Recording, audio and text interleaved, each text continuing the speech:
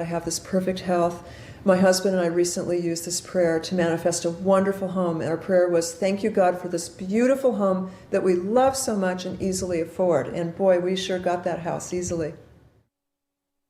Unfortunately, my first marriage was very difficult. I was married to a man who decided to control me by telling me how awful I was. And I believed him for a long time. And my self-esteem just plummeted when I was a young mother. And I didn't really think very highly of myself. I had no confidence. And I didn't think that I could do anything in the world except for be a wonderful mother to my two sons, which I think is an important purpose. But there was something more. I knew that there was something else I was supposed to do. And so I would pray all the time, tell me my life purpose. And every time I would pray that, I would get visions of myself on television and on stages teaching people.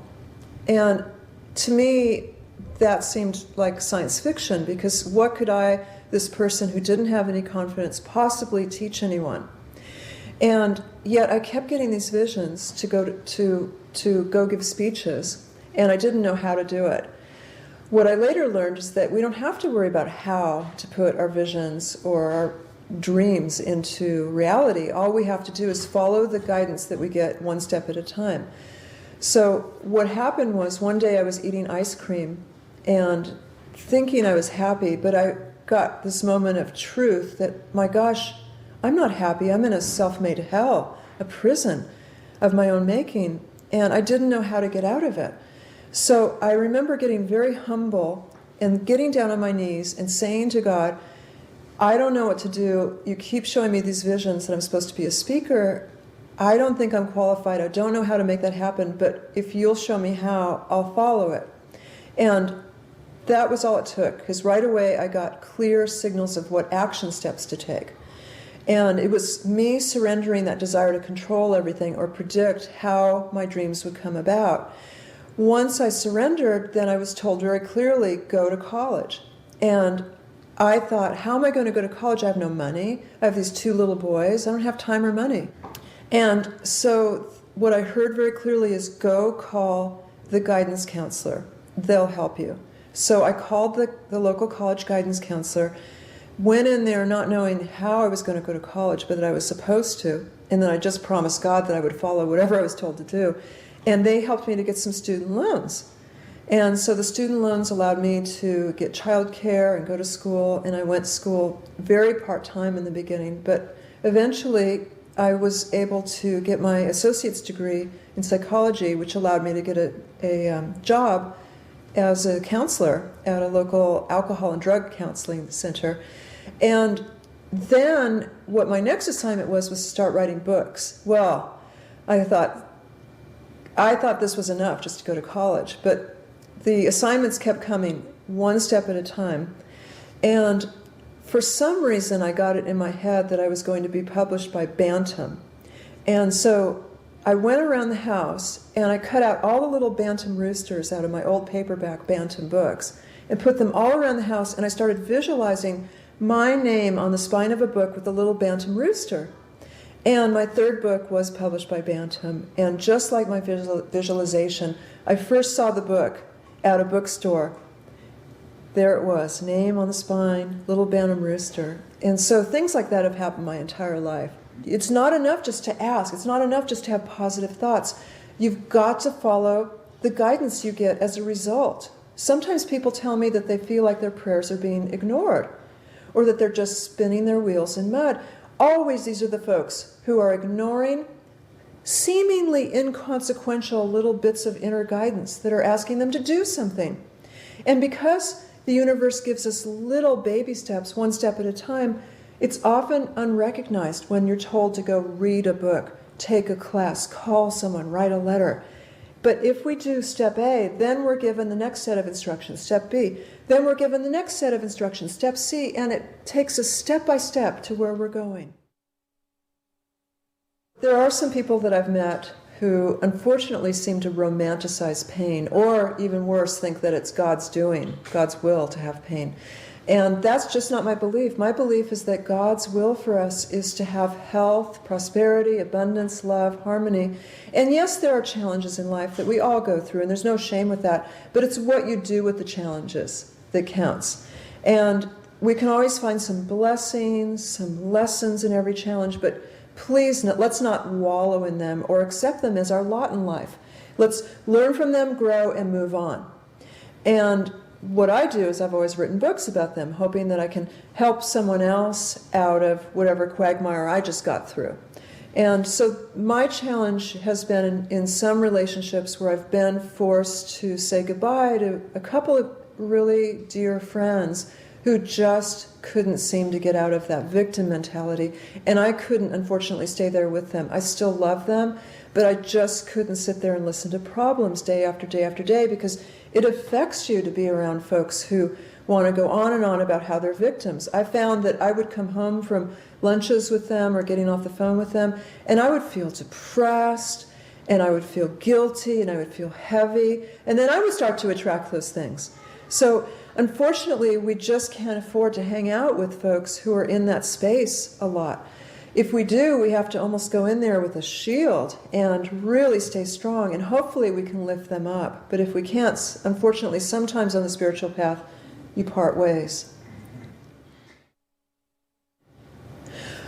Well, I remember when I was single, I was a divorcee, and I was traveling around giving workshops, and I started to feel very sorry for myself. And I was looking around at couples that were happy and kissing, going, oh, how come God loves them more? How come I can't have a soulmate? And then I caught myself affirming in the negative like that. Why can't I have love? Why don't I have love? And feeling jealous of other people. And once I caught it, I realized what I was doing, because I was making a prayer to not have a soulmate by affirming that I didn't, or by being jealous of others.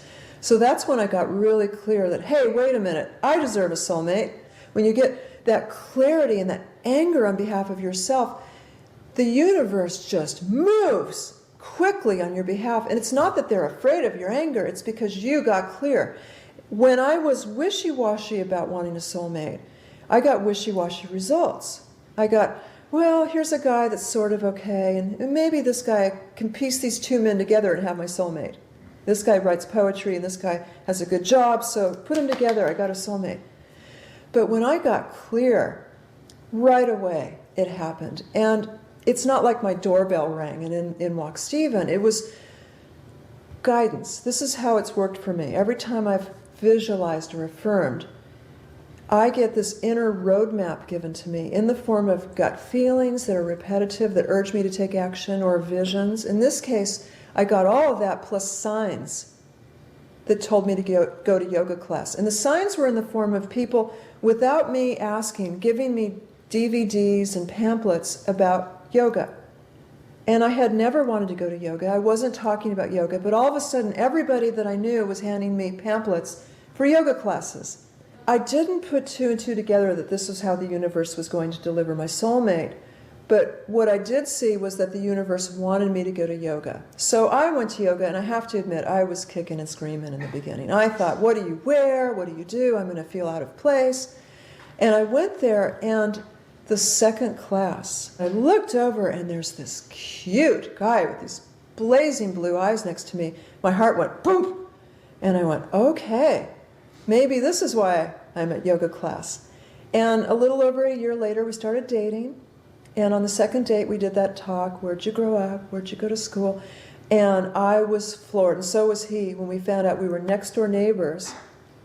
When we were kids, he was our paper boy that I'd had a huge crush on when I was a little girl.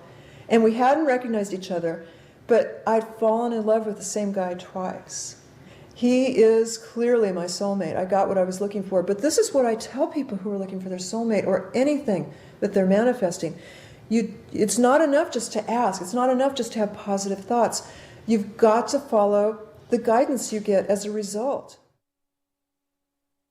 True guidance is always filled with this sense, this aura and feeling of warmth and love.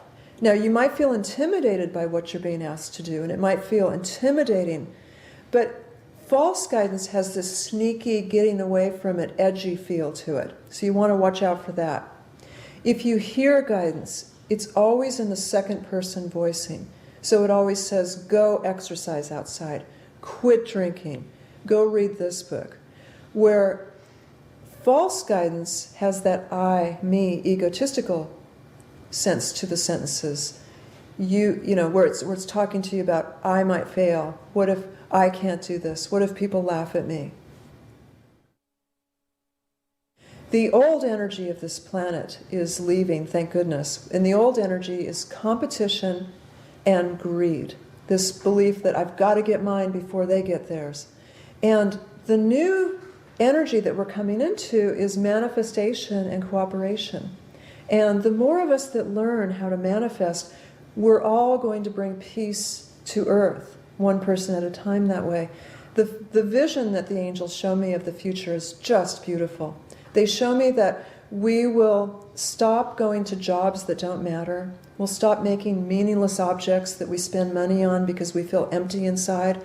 And we're going to be following our personal passions. And there'll be self-employment or cooperative employment where you're working together on a collective passion. There'll be more meaning in all of our lives. And the way that we do that is by trusting our inner guidance, that you can be fully supported by the universe by following your dreams and your passions and your inner guidance. Go ahead. Louise Hayfilm, Cheryl Richardson interview, take one. Very good. So early on in my life, probably in my early to mid-20s, I was living like a lot of people do, fairly unconsciously, but not aware of my unconsciousness, just kind of going through life and often feeling as though life was happening to me, that I was a victim to what was going on in my life, or that the places in my life where I was unhappy, whether it was in a relationship or where I was living or in my job, had nothing to do with had less to do with what I was doing and more to do with just sort of the circumstances of life. And I started to be introduced to looking at the world in a different way. For example, through Louise's book, You Can Heal Your Life, which was very influential to me early on. What a lot of people don't know, I actually have as a side story, a funny little story about Louise that nobody really knows. And that is that when I was probably 24 or 25 years old, I volunteered for an organization called Interface in Cambridge, Mass. That was considered the East Coast Esalen. You may remember that. And it's a place where people like Deepak Chopra would come, and Bernie Siegel, got his sort of start there. And I was volunteering there, and I was volunteering because I was really interested in this whole self-help field, and recovery was a big thing at the time. And Louise Hay was coming to speak for Interface. She was coming to a hall in downtown Boston, and I had read You Can Heal Your Life. And I was really taken by two things. Number one, the fact that she was teaching from her own experience, and she was so honest about her life in the book. I was really engaged by that. But also the practical nature of the book, that you could actually do something with it. You could look up and see, oh, I have this physical ailment, and therefore this might be going on. And I appreciated the the fact that it was interactive.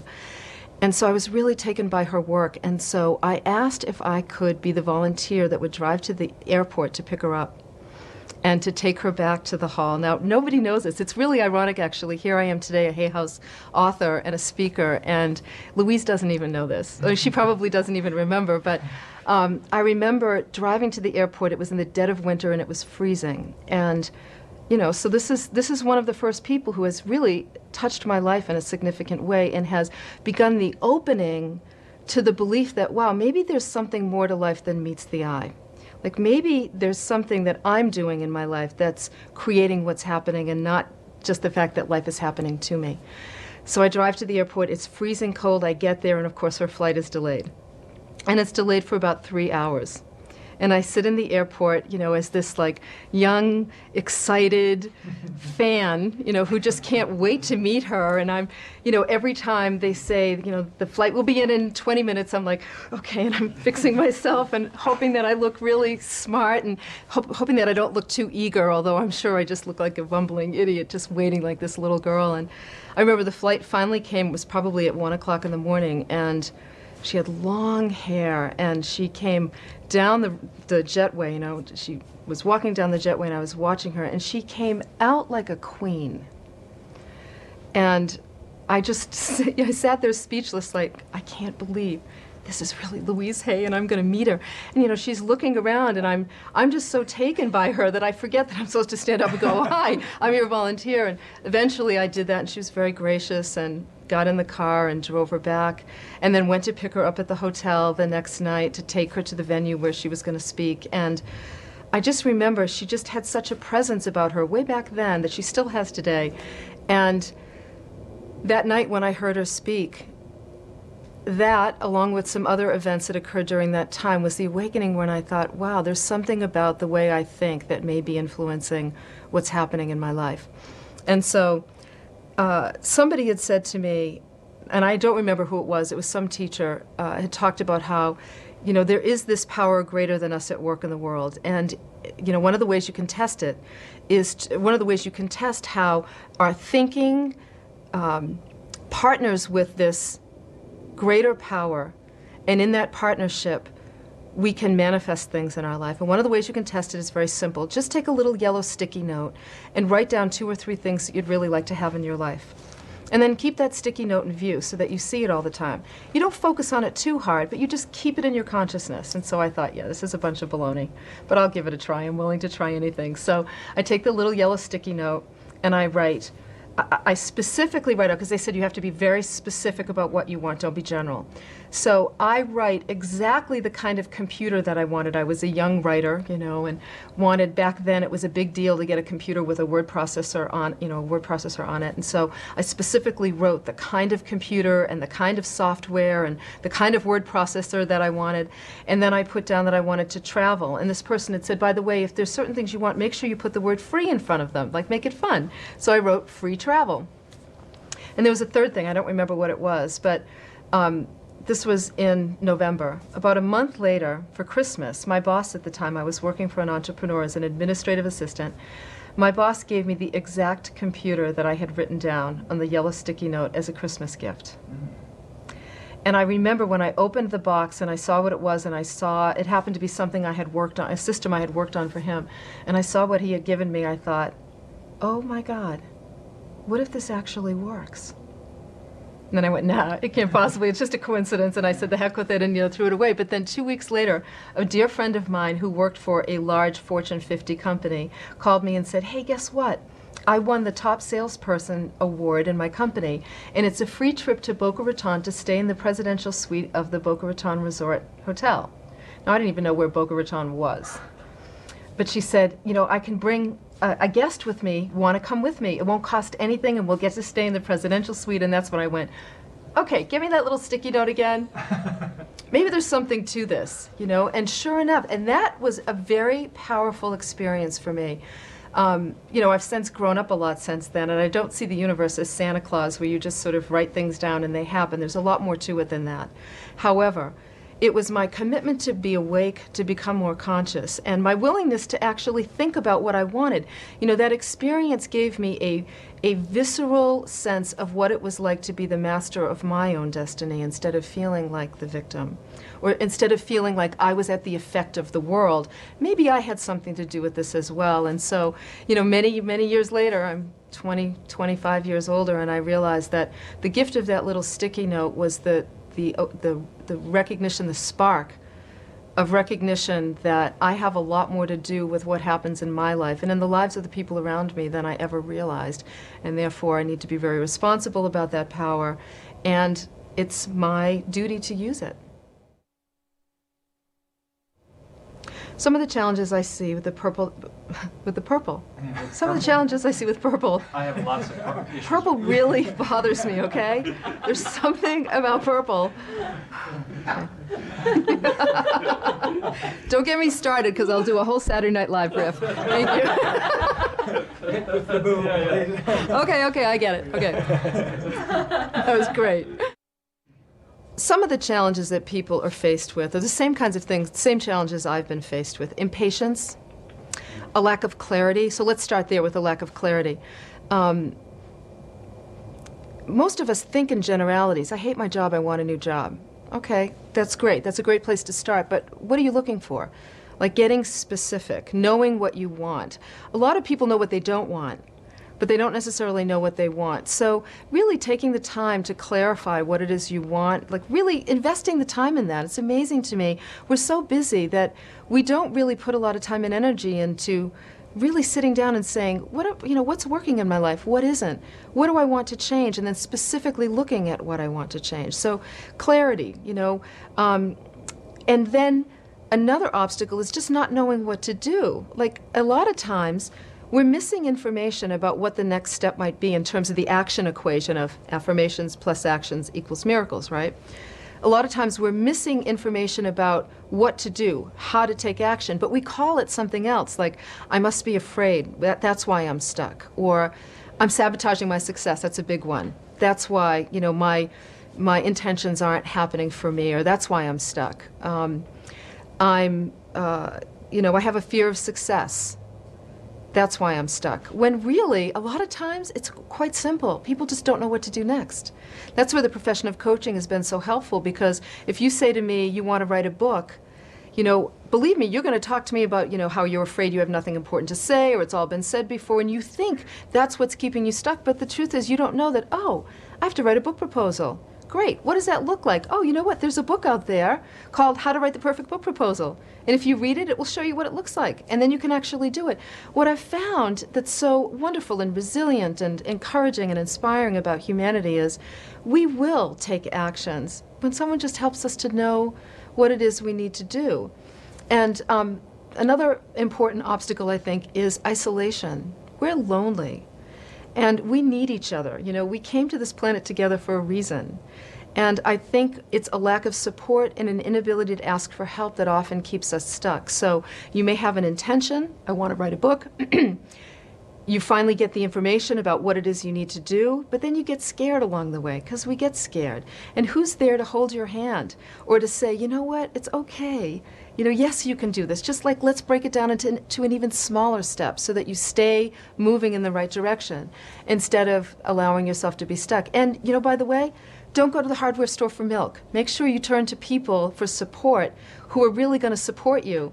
Because a lot of us, when we start doing those things to honor our soul or to express our creativity, those are really vulnerable acts. The things that we intend or that we affirm for our lives are those things that are deeply important to our soul, and so they're vulnerable.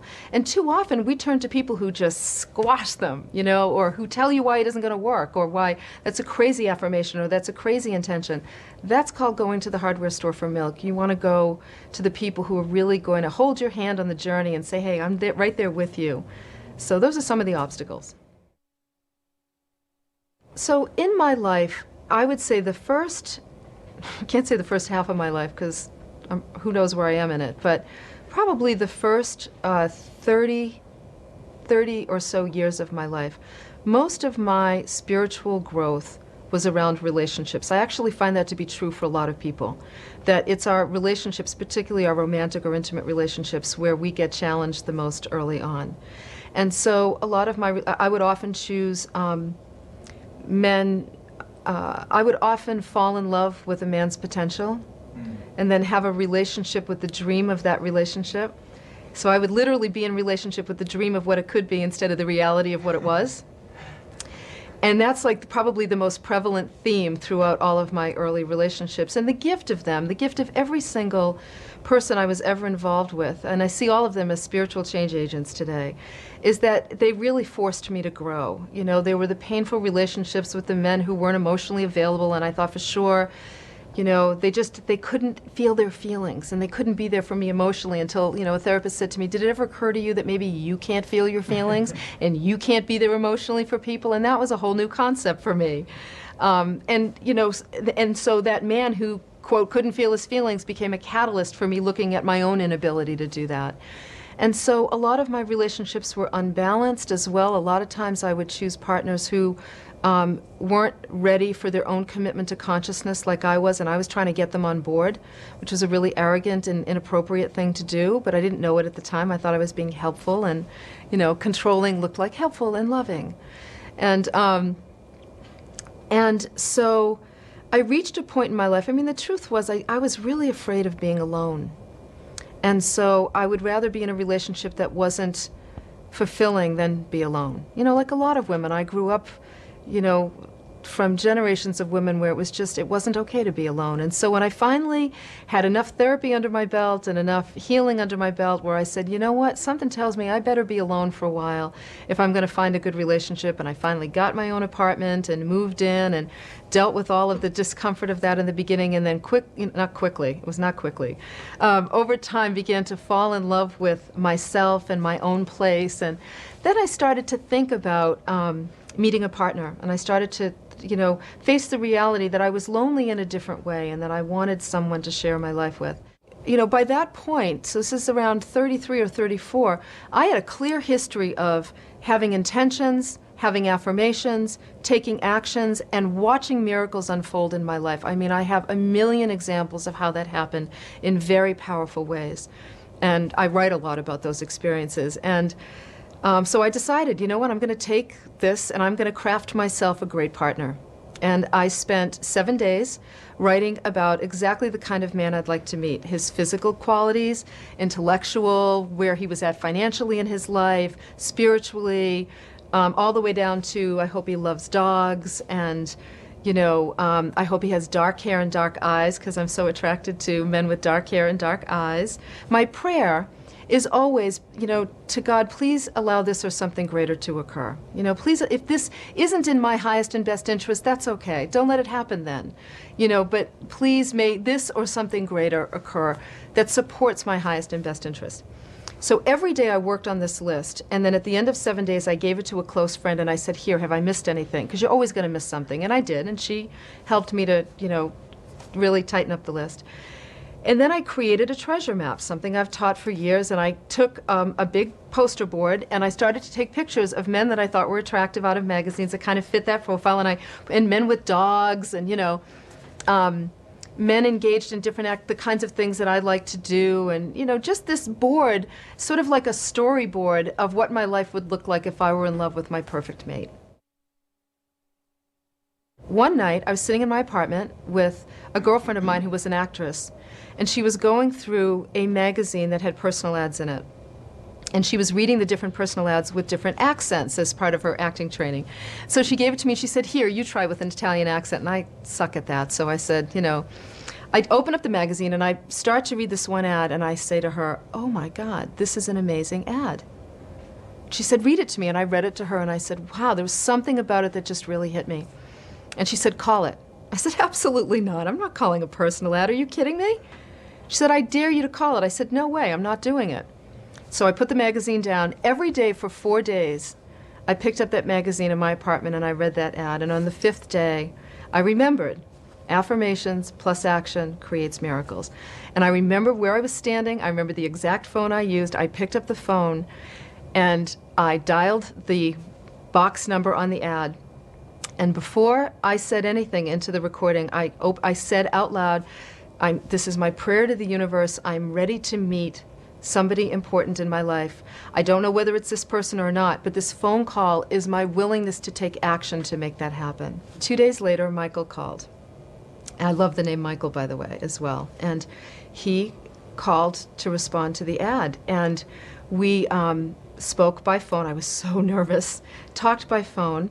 He sent me his photo, I sent him mine. On the day that we were supposed to meet for dinner, I went to the post office and his photo never arrived. And I thought to myself, God, should I cancel the date and wait for the photo? And I said, nah, just go. And I walked to I went to the restaurant where I was to meet him, and he walked through the door, and I'll never forget, he walked through the door and I thought, please God, let that be him.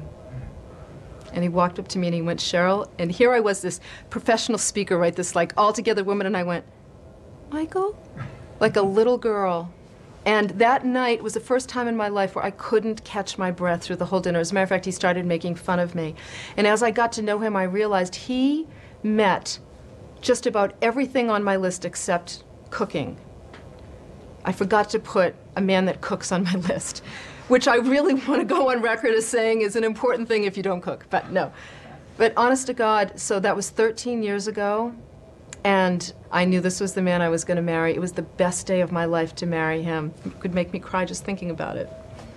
And that was a powerful example of having a strong affirmation really being clear about what it is you want, being willing to take the actions to make it happen, and, by the way, really investing in how I needed to grow in order to match that list. And I got, that's what a soulmate really is. And that's, when I look at all of the things that have occurred in my life as a result of my intentions, that's the best one. It's amazing to me how when we create intentions and affirmations from that pure soul place, what we're really calling into our lives are the very things that are meant to assist us on our spiritual journey. I mean, my life is so far different than I could have ever imagined, and I didn't know, like sometimes we don't know the power of our intentions and our affirmations. That's why it's so important to listen to that little voice inside. Because Emmett Fox said it years ago, the great spiritual teacher from the early 1900s, Emmett Fox said, usually our deepest desires are those things that we're the most embarrassed to admit out loud. We don't want to say them out loud, but those are usually the desires of the soul. And when we state them and when we put them in writing and when we start to act on them, there is this divine power that rallies behind us to support our efforts. I mean, I met Michael in 2 weeks. That's pretty quick manifestation, wouldn't you say? But there were a lot of years before that where the lag time was much longer. And you know what? It was the right time. And a lot of times we intend to bring things into our lives